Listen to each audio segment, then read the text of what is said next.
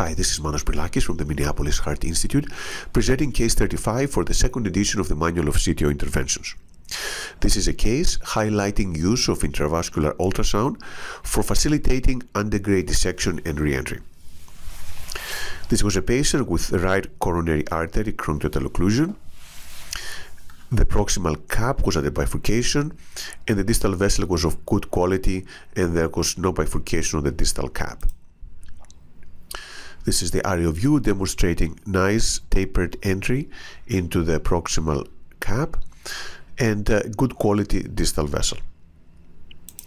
Our initial plan was wire escalation, however, the wire soon went to the subintimal space, and then we advanced a knuckled guide wire further down all the way into the distal right coronary artery. We now see that the knuckle has reached all the way to the distal RCA, and as a result we decided to perform re-entry using the Stingray system. These are the two markers of the Stingray balloon. We attempted re-entry and we did the stick and swap technique, sticking with the Stingray wire and following with the exchange for a Pilot 200 guide wire. And by doing that, the Pilot 200 guide wire went distally. However, when we looked at the contralateral injection, we were not 100% convinced that the wire was into the distal true lumen. There may be some space between the distal vessel and the guide wire. We perform another projection, and once again it appears that the guide wire may not be perfectly going in, and also there was a motion for actually stenting into that area, given that there was some undergrade flow and we were most likely in. This is something that you should definitely resist, because stenting into the subintimal space can be a catastrophe. Instead, we tried to determine where we actually were, and we did that by using intravascular ultrasound. This is the Volcano IVUS catheter, advanced the distal to the distal cap, and that had some fascinating findings. This is the intravascular ultrasound, which actually is located into the subintimal space, and this is the true lumen that is intermittently being compressed during the cardiac cycle, showing that we were clearly in the subintimal space and the true lumen has not been recanalized. Therefore, had we placed the stent there, would have resulted in acute vessel closure, and this is more proximal, where we have layers of plaque all the way around the lumen, and here we are indeed into the proximal true lumen. There are many people who ask, how can one separate the distal true lumen from the proximal true lumen? And what is key is that in the false lumen there is no real area of plaque into the vessel. Here is the false lumen and there is no area of plaque, whereas here is the true lumen and there is an area of plaque around the true lumen. As a result, we did not place a stent. Instead, we got the Stingray balloon further down and attempted once again to re-enter by using the Stingray balloon and using the previous wire as a marker of where not to be with the second stick and swap technique.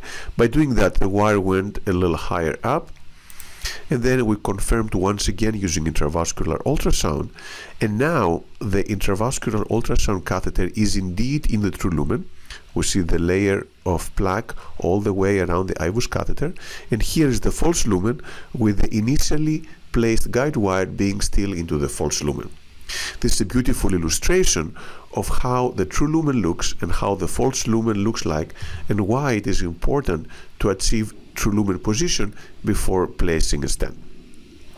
As we move further up, now we're in true lumen and both guide wires are in the same space into the proximal right coronary artery.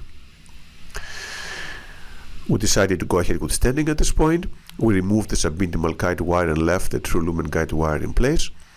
And a common question is, where do you start the stenting? Because we were close at the bifurcation of the PDA and the PLV.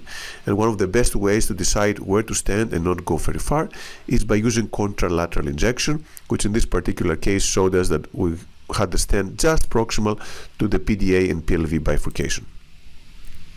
The stent was deployed with a nice final result. We have excellent flow in the PDA and the posterolateral vessel, something that would not have been possible had we stented earlier on in the subintimal space. So this case has many lessons, but the most important one is that you want to confirm distal true lumen position before placing a stent. because if you stent the subintimal space, then fixing that can be very, very challenging, might require use of the retrograde approach, and is clearly not the optimal way to do this.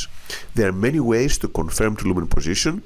In most cases, contrast injection and orthogonal projections are used. Contrast injection through microcatheter is something that most operators recommend avoiding, because if we are subintimal, then that will increase the area of dissection.